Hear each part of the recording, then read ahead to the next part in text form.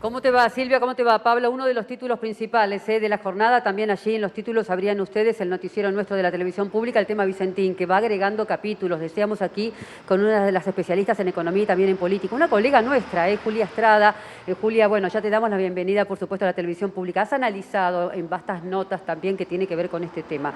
Decíamos recién, un poco en chiste, un poco en broma, pero no, realmente es un capítulo dramático de lo que significa las empresas de tamaña magnitud como es Vicentín. Y para que la gente entienda un poco, no tienen por qué tener conocimientos ni legales, ni económicos, ni tampoco políticos, pero ¿cómo se explica que un gigante como Vicentín haya quedado en la bancarrota, sobre todo en los últimos 2 años previos a la última elección, al cambio de signo político y de gobierno, teniendo por lo menos en investigación y en la lupa ahora de la justicia también, cuentas multimillonarias en el extranjero con todo tipo de derivaciones? A ver si lo podemos entender. Bueno, la pregunta que me estás haciendo es un poco la pregunta que se hace en el común de la gente, ¿no? El Senado también, hay una investigación del Senado, el común de la gente, la IGJ, la Inspección General de Justicia de la provincia de Santa Fe, bueno, fue avalada por el propio juez Lorenzini para que proceda en una investigación más bien penal sobre el patrimonio y qué ocurrió con los directivos que fueron vaciando sus propias cuentas, porque ante la eventual quiebra de la empresa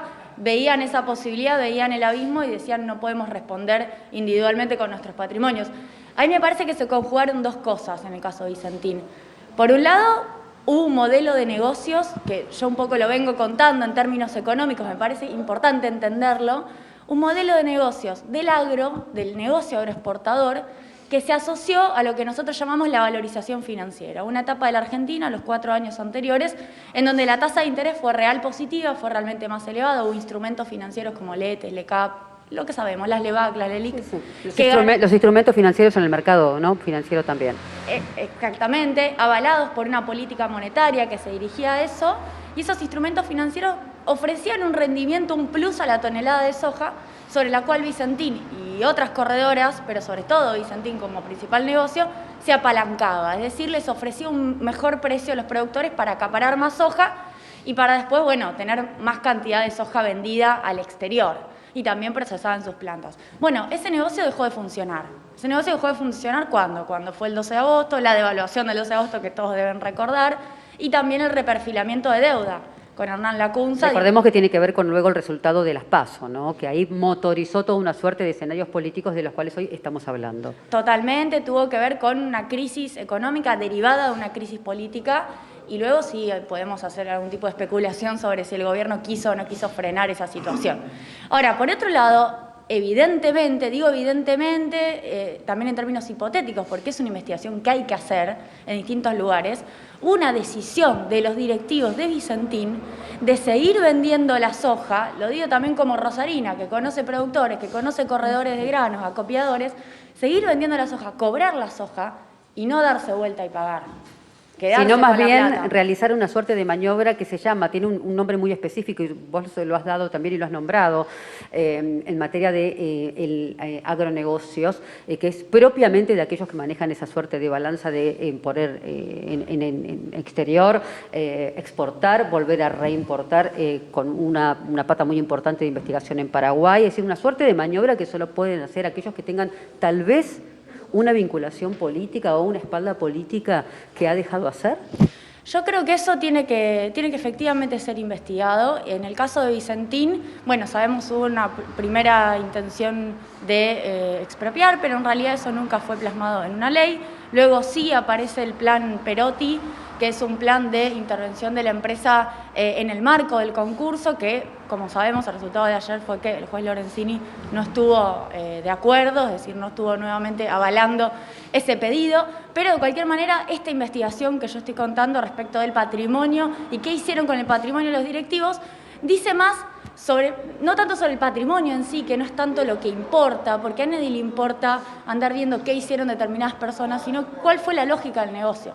Eso es lo que verdaderamente La lógica del negocio, siendo que la parte de la deuda tiene que ver con lo pedido en materia de toma de deuda con el Banco Nación, ¿no? Estamos hablando de esto. Pero me interesaría, Silvia y Pablo, que ustedes ya lo pasen al piso y puedan hablar con Juli, porque realmente esto es un capítulo que recién comienza, con capítulos que tienen que ver con la investigación en el Senado, en lo penal. social allí en la provincia de Santa Fe, en la localidad de Avellaneda, y también, por supuesto, con un correlato que tiene que ver, luego lo hablaremos, con los trabajadores y también las cooperativas. Adelante, Pablo, Silvia. Julia, gracias por atendernos. Consultarte, ¿es viable la propuesta de Perotti? Porque uno de los directivos de Vicentín, Padoan, dijo que es peor que el decreto de intervención y expropiación del Poder Ejecutivo Nacional. Yo creo que esa frase de Padoan posiblemente significaba que había más una puerta de oportunidad y hay todavía más una puerta de oportunidad en esa decisión de intervenir que en lo anterior, que tuvo un fuerte rechazo solamente en Avellaneda. Siempre quiero acotar esto porque, como decía, yo soy de la ciudad de Rosario, conozco todo el complejo oleaginoso porque soy de la región. Los trabajadores y las trabajadoras de Vicentín no están en Avellaneda, están en San Lorenzo, a 475 kilómetros al sur de la localidad de Avellaneda. Están en plantas oleaginosas, son 3 plantas, 2 en San Lorenzo, 1 en Ricardone, 2 de soja, 1 de girasol. Y ahí están unos 3.000 trabajadores también en una situación crítica porque los productores no cobraron nada. Son 2.600 productores que entregaron el grano, tuve la oportunidad de hablar con ellos, me dijeron hasta el 4 de diciembre fui a Vicentín y le entregué trigo, fui a Vicentín y le entregué soja, hasta el 4 de diciembre. El estrés financiero fue un día, 2 días después y no cobraron. Pero también están los trabajadores que luego del estrés financiero empezaron a recibir una serie de idas y vueltas de los gerentes de recursos humanos que en algún punto no les decían lo que de verdad la empresa planeaba hacer, que era, bueno, finalmente entrar en un concurso y posiblemente terminar quebrando, algo que todavía no ocurrió precisamente porque el Estado quiere que la empresa no quiebre y salvar esos activos para poder pensar en un proyecto productivo distinto. Los trabajadores cada día 15 de cada mes se preguntan si van a cobrar, se preguntan qué va a ocurrir con su futuro laboral, tampoco cobraron la gratificación de fin de año. Me contaban una anécdota los trabajadores del complejo oleaginoso de San Lorenzo. Ellos 5 días antes del estrés financiero, digo estrés financiero entre comillas porque si se comprueba que la plata estaba, pero no estaba en Argentina, en realidad no fue estrés financiero, en realidad fue default. Claro. Fue default y fuga. Entonces, eso, digo, hay que comprobarlo, hay que investigarlo. Ahora, los trabajadores 5 días antes fueron invitados a una fiesta en la localidad de San Lorenzo, una fiesta de fin de año, cerca del 1 de diciembre, en donde la empresa los invitó a cenar, los invitó a celebrar el crecimiento de los 4 años que habían tenido durante el macrismo y pocos días después se encuentran con que en realidad la empresa no estaba en condiciones de tener una continuidad. Entonces, evidentemente, hubo también una idea de no decir lo que estaba pasando, de ocultarlo. Hay corredores de granos que cuentan que durante todo el mes de noviembre la empresa Vicentín les pedía que se apuren para entregar los granos, que no demoraran, que no tuvieran esa cierta demora que a veces puede aparecer en el complejo logístico. Bueno, no, que entregaran los granos, así se podía concretar la exportación. Bueno, y ahora con el diario del lunes dicen entonces nos estaban apurando a sabiendas de que no íbamos a cobrar. Me parece que todo esto tiene que estar en una misma mesa porque en algún punto hay una operación que me parece que hay que desactivar, que es decir que Vicentín es parte de la patria. Y a mí me parece que la patria son los trabajadores y los productores que no están pudiendo cobrar por responsabilidad, no de Vicentín, de una conducción específica que tuvo Vicentín, porque Vicentín es un símbolo también para la provincia de Santa Fe. Me parece que hubo una conducción específica que tomó estas decisiones. Julia, acá Florencia Barragán desde el estudio. Quería consultarte, hay una investigación que se está llevando a cabo por el tema de los créditos del Banco Nación. Saltaban todas las alarmas de este problema de dar este crédito tan grande a una sola empresa. Y hay muchos empresarios muy molestos porque la banca pública es muy importante para muchas pymes que no logran financiamiento en otros bancos. Consultarte qué se puede hacer para evitar que esto vuelva a pasar, que la banca pública le dé un beneficio según cierta sintonía con el oficialismo en ese momento. Bueno, en primer lugar decir que el rol de la banca pública, más en este marco político, pero en general, el rol de la banca pública es asistir a empresas productoras de la Argentina, fundamentalmente, a pymes, fundamentalmente, y también asistir a la exportación, a la prefinanciación de exportaciones, para ser todavía más precisa. Y eso está muy bien. Ahora, hay normativas internas que siguen los bancos, que sigue el sistema financiero, que además se volvieron más estrictas luego de la crisis internacional del año 2008 en Estados Unidos, luego de Basilea. Flor, vos debés conocer la normativa de Basilea. Bueno, hay normas para evitar la concentración crediticia del riesgo, así se llama. Básicamente, en criollo, que no te deba todo una misma persona o una misma empresa, o que no te deba el 20% de tu capacidad prestable una misma empresa. Eso es básico, lo aplicaría cada uno hasta en su propia vida, hasta a quién le presta la plata. No le prestaría todo a una persona porque si no me la puede devolver, yo entro en una situación crítica. Eso es básicamente lo que le ocurrió al banco, y yo diría que no solo terminó afectando a la banca local, sino que, y me parece muy importante porque el presidente lo dijo hace poco en una entrevista el 20 de junio, y creo que debería tener todavía más jerarquía en los medios, hay una investigación llevada adelante por el Banco Mundial, por la Corporación Financiera Internacional, porque también son acreedores de Vicentín. Le dieron un préstamo en junio 2019, un préstamo también avalando una empresa altamente exportadora que tenía acceso a los dólares, que tenía acceso a un recurso altamente escaso en Argentina, y tampoco cobraron. De hecho son acreedores muy importantes, hay bancos suizos, holandeses. Julia, ¿cómo estás? Buen día. Verónica Urriola Beitia te saluda. Hubo decisiones políticas que generaron esta situación, que provocaron precisamente que Vicentín esté hoy como están. Ahora, también puede haber decisiones políticas que permitan el rescate.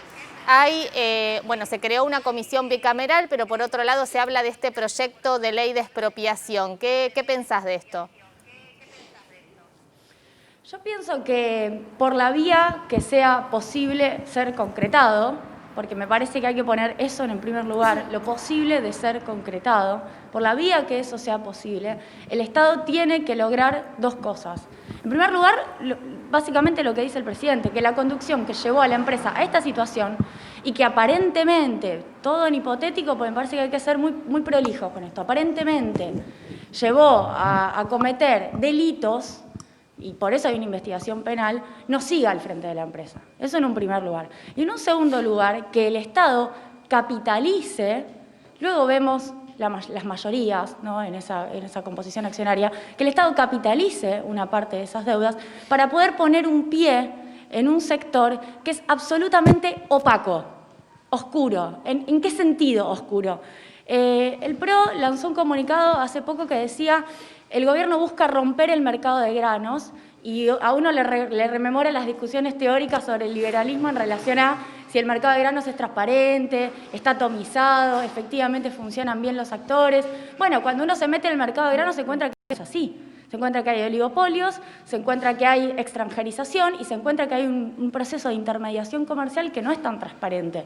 Bueno, poner un pie y poder mirar, sencillamente poder mirar cómo son las operaciones, cuánto se paga de impuestos, cuánto se declara, todo eso significaría un aporte relevante para poder transparentar un sector, a la inversa de lo que dice la oposición. El sector no es transparente, podría ser transparentado todavía más si el Estado pone un pie, y sobre todo, si se me permite, la viabilidad de la trama productiva del sur de Santa Fe y también de todos los acreedores que están en Córdoba, están en el norte de la provincia de Santa Fe, depende de que cobren sus deudas.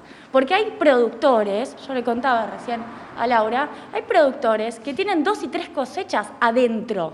Es decir, no es que entregaron una bolsa de trigo, entregaron 2, 3 cosechas y no lo pudieron cobrar. Y eso es capital de trabajo para poder seguir produciendo. Me parece que si se habla de la Argentina productiva y si se defiende a los chacareros, es importante contar esto. Los chacareros están con este problema y algunos corredores, algunos intermediadores están ofreciendo la posibilidad de sostener financieramente gratis, porque lo hacen porque no quieren que se caiga, a estos productores que no tienen ingresos. Me parece que hay una viabilidad de la actividad económica que también hay que poner en un primer plano, considerando que es la actividad dinámica por excelencia de la Argentina y que provee dólares, como todos estamos de acuerdo en eso. Julia, por estos minutos en esta primera edición de Noticias. Muchas gracias. Laura.